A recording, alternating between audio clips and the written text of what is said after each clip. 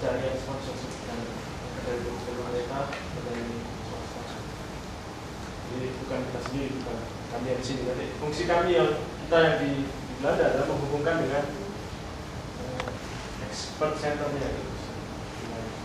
Profesor-profesor di Intel, Space, literatur yang di sini, misalkan, dan ya peluncuran. Ya, jadi kita harus bertahap. Kita memberikan, istilahnya memberikan yang bisa kita berikan cuma sekedar mimpi dulu pada para calon pembeli data ya, bahwa ini nanti bisa berkomunikasi, tapi terlalu demanding saya kira kalau nanti Inspire 1 harus sudah bisa menghubungkan bandwidth internet ke desa-desa terpencil. Itu teknologinya nggak tahu saya, bisa nggak? Belum ya, ya bisa. Jadi gayanya karena dayanya harus kecil kan, solar cell yang bisa dikembangkan kan paling berapa watt tadi, 12 watt segala macam. Jadi untuk bisa internet yang lebih tinggi, ya pasti daya besar. Teknologinya akan ke arah situ, jadi karena saya bilang bahwa teknologi satelitnya ini dengan proyek ini yang ditarik tidak hanya teknologi satelitnya, tapi nanti kita ada riset yang sekarang dikembangkan oleh teman-teman elektronik itu, misalkan tidak sekedar untuk mengikuti lomba di Kyushu, lomba desain elektronik ya, tapi constraint-nya ditambah, tidak sekedar cepat prosesornya, tapi low power. Jadi low power constraint itu tidak mudah. Ini yang mendesain sistem dan komunikasi low power. Jadi kita ini memang pihak penyandang dana, calon penyandang dana tertarik ya. Tapi agak berlebihan juga kalau kita menjanjikan pada tahap awal langsung sesuai dengan demand mereka. Tapi ya menurut saya benar juga sih, ada benarnya bahwa pandangan-pandangan ke depan apa nanosatelit ini bisa digunakan untuk apa mungkin perlu untuk dikasih bayangan gitu. Tapi memang benar kata Pak Dedi, untuk nanosatelit pertama kayaknya benar terlalu demanding. Karena sebenarnya Delphi C3 itu juga terbang cuman 2 payload, cuman ngukur terus ngirim sama jadi relay amatir radio gitu. Tapi boomingnya di Belanda sendiri bahwa student udah bisa kayak gitu, dan apalagi student-studentnya mendirikan perusahaan space, itu mereka sangat dilihat setengah mata sekali gitu. Atau pertama kali jadi ada ISIS. Jadi ya. Ya, tapi menurut saya dari yang generasi pertama itu sendiri sebenarnya misi pertamanya itu mereka adalah bahwa mereka setidaknya sudah bisa komunikasi data gitu. Jadi sebenarnya itu yang sebenarnya saya mau tunjuk di sebenarnya, bahwa waktu Inspire 1 nanti waktu diluncurkan itu harus ada satu misi tertentu, walaupun itu sangat sederhana, tapi itu sudah ada gitu. Itu ya sih sebenarnya yang harus didefinisikan dulu. Karena dari sana akan mempengaruhi juga dari sisi teknis, apakah bagaimana bentuk solar cell, bagaimana produksinya, bagaimana transmisinya, itu yang penting. Itu sudah kita reka-reka di proposal, tidak dipresentasikan di sini.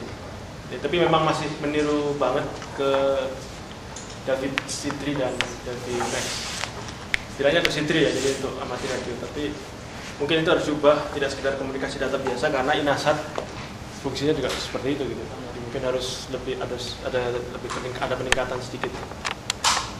Ya mungkin juga kita kurang bahan acuan apa teknologi yang sebenarnya udah ada di Indonesia yang bisa dikembangkan sebagai pilot nanosatelit.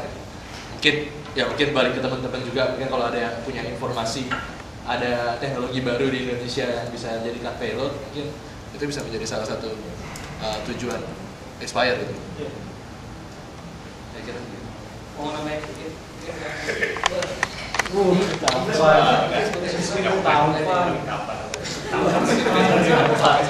Nanti berkaitan dengan pertanyaan yang diberikan oleh awal tadi masalah opini mungkin kita bisa kaitkan juga dengan kebijakan arah Indonesia mau dibawa kemana, apakah bidang energi atau bidang kelautan atau bidang bisnis dan segala macam, dan mungkin Inspire ini bisa memegang peranan penting ke arah situ, karena saya lihat proyek dari Inspire ini bisa menjadi tools untuk memprovide ke arah situ.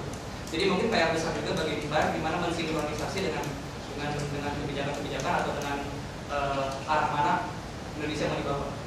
Sebenarnya ada 6 kebijakan riset ya, energi, ketahanan pangan, ICT, Hankam, apa ya? Jadi tanda pangan ICT, Hankam, lautan, Dirgantaraan. Obat-obatan. kesehatan dan sebagainya. Ada 2 lagi saya lupa. Jadi ini untuk energi jelas eksplorasi misalkan. Tahanan pangan, cuaca dan segala macam. Jadi Hankam, spy, satellite, ICT, telekomunikasi dan memang bisa untuk hampir semua bidang 6. Jadi seperti ini semacam teknologi sarana, prasarana. Enabling teknologi untuk yang lain. Ya mungkin bisa dikasih implementasi aja 3 tahun. Misalnya katakan tahun 2012 Indonesia ingin fokus di energi, kita mungkin lebih berarah profit ke situ. Ketika 2014 mungkin ini ke sana keamanan, misalnya kan orang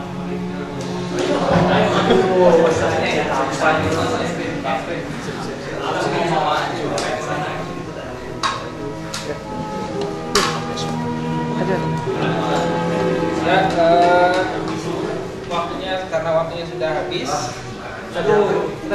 Diskusi yang sangat menarik, sangat inspiratif. Semoga bermanfaat bagi kita semua. Terima kasih sekali lagi buat para presenter Dwi, Aryo dan Pak Dedi.